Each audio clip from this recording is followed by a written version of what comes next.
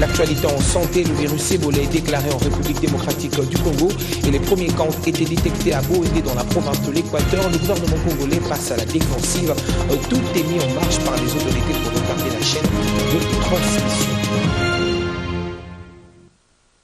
Nouvelle session d'actualité, merci à vous de nous rejoindre. Je vous le disais, c'est un thermomètre laser destiné à la détection du virus de la fièvre hémorragique Ebola que le gouvernement central vient de remettre au gouverneur de la province de l'Équateur où la maladie a été déclarée dans la contrée. Reportage.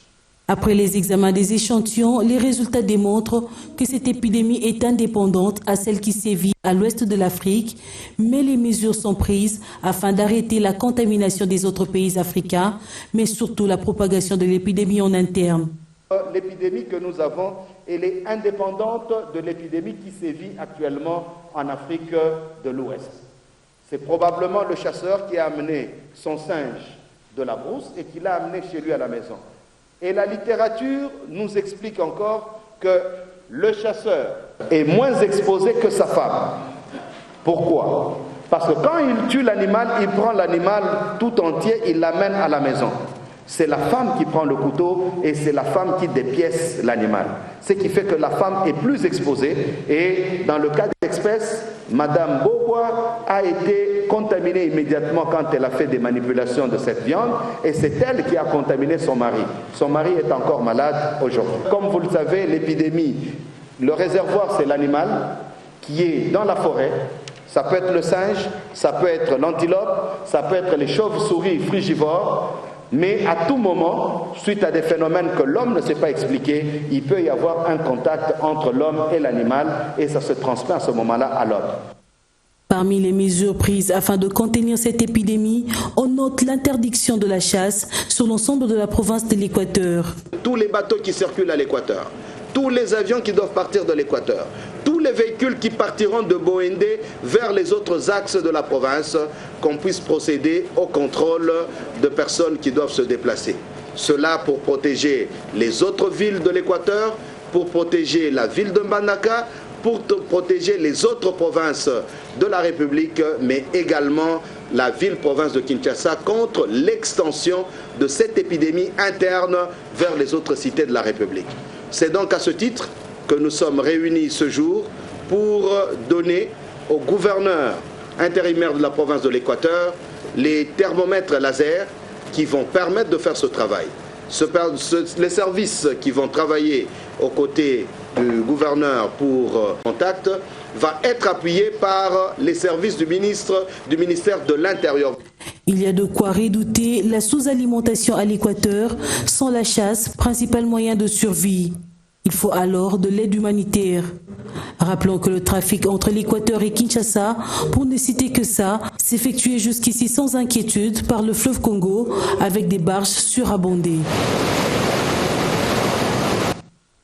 Voilà une épidémie qui refait surface, il faudra le dire, en République démocratique du Congo et l'expertise en la matière, et il faudra le dire, congolaise, et tous les acteurs sont impliqués dans le dossier. Le gouvernement congolais riposte contre la maladie à virus Ebola. Aussitôt déclaré dans la province de l'Équateur, les autorités ont mis sur pied un plan de contingence interne. Le coût global est estimé à 4 500 000 $ américains.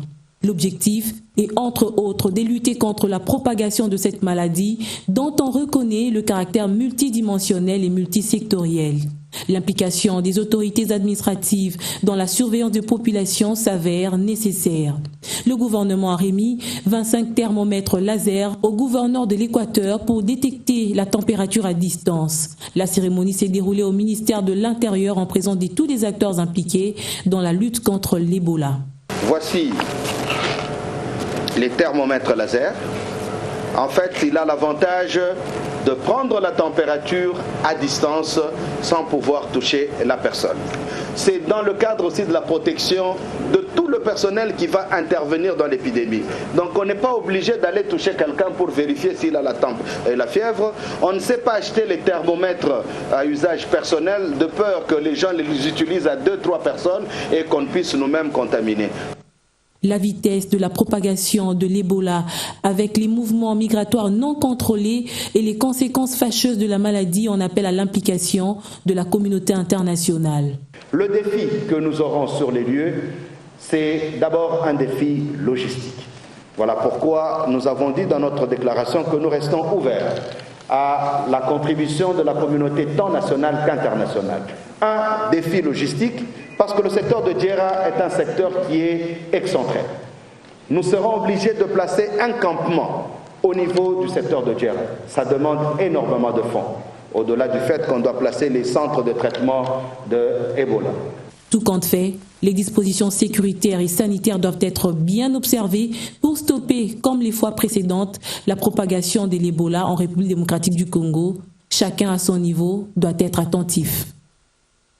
Et direction à présent l'Équateur où nous avons en ligne notre correspondant dans la région. Pamafi Otenga, l'alerte est donnée et la population de la contrée est appelée à plus de vigilance. Les autorités de la province viennent donc d'interdire toute activité de chasse.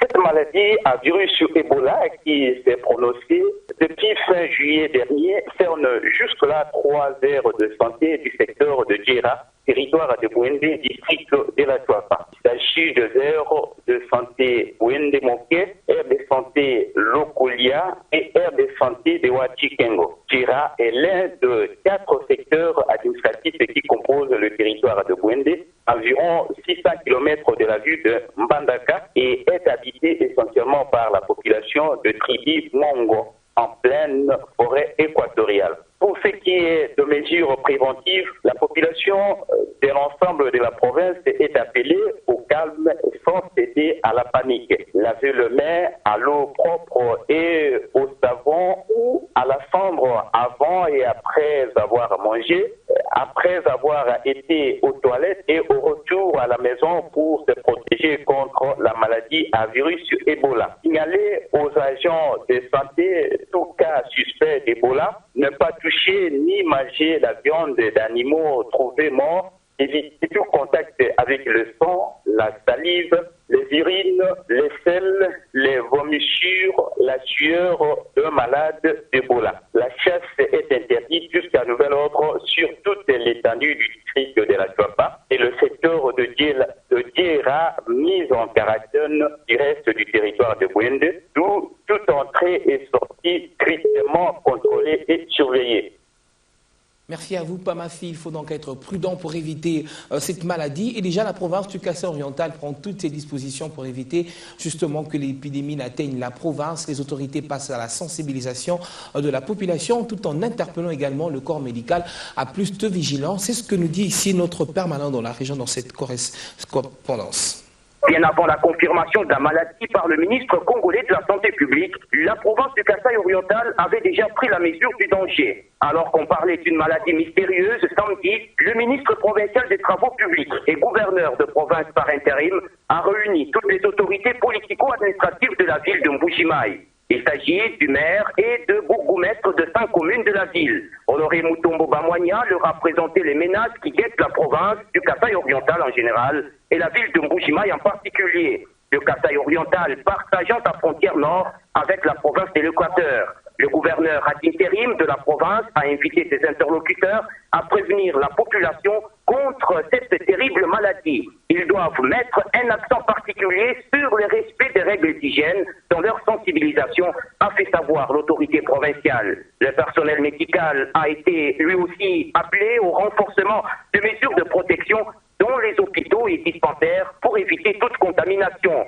Notant que la province du Kassai oriental n'a ni ministre provincial de santé, ni médecin inspecteur provincial, tous les deux suspendus voilà plusieurs mois pour s'être compromis dans l'exercice de leurs fonctions.